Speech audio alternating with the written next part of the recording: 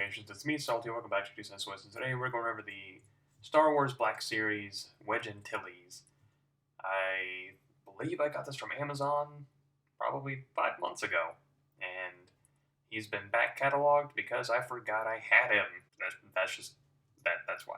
So with that embarrassing tidbit out of the way, let's go over the package. Black Series, picture of Wedge, Wedge himself, helmet blaster, his name. Side of the box, he is 102. We got Wedge on there, and Wedge Antilles. Bottom has legalese, top has a J-hook, and the back has the same picture of Wedge with a small read-up about him. All that out of the way, I'm going to get him open, go over articulation, sculpt, and all that, even though I'm like 90% sure that he's actually the same body mold as the X-Wing Luke, but that's neither here nor there. This is Wedge's helmet with some very beautiful paint apps and great design on it. I love all the kind of weathered look that they've given it, and everything looks very crisp and clean. You can see that they kind of cast it in that translucent yellow for the visor and just painted it, but they did a very good job. With that, I assume that if you scrape this, you're going to know because it's going to be bright and yellow. I'm overall very pleased with this. This is his blaster. The silver on it looks great. It doesn't bleed onto the black at all, which is, impressive for Hasbro's paint apps. Just a generic pistol otherwise. Now we're on to Wedge, where you can see that his forearms are cast in black and they painted on the orange because the black kind of shows through a little bit. Some very nice washing, dirtying going on his uniform.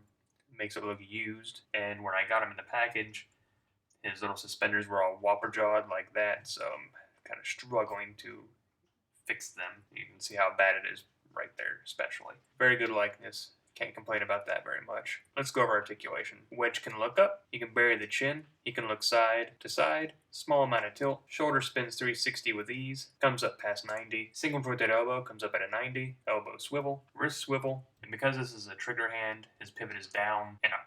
Conversely, the pivot on this wrist is in and out. He has a dumbbell here in the chest, allows him to lean forward a little bit, lean back a lot of bit. He gets side to side. He gets a very tight swivel. He can kick forward at a 90, kick back a little bit, kicks out to a 45. He has a very loud thigh swivel. Double jointed knees come up that far. He has a boot swivel. Ankle goes back, forward, and a very loose rocker. I think the helmet fits just fine.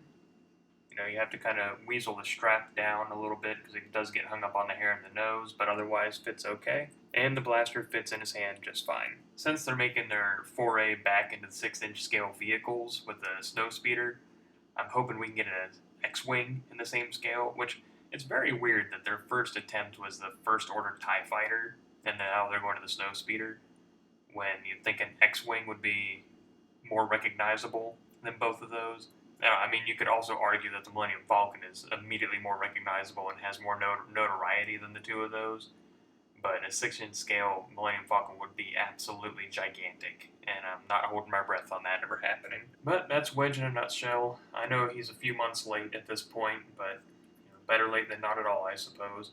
But yeah, that's really all I got for you today.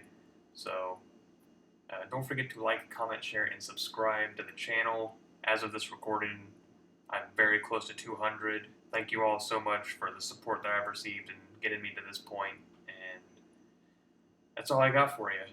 So, thanks for stopping by. Until next time, I'm Salty, signing off.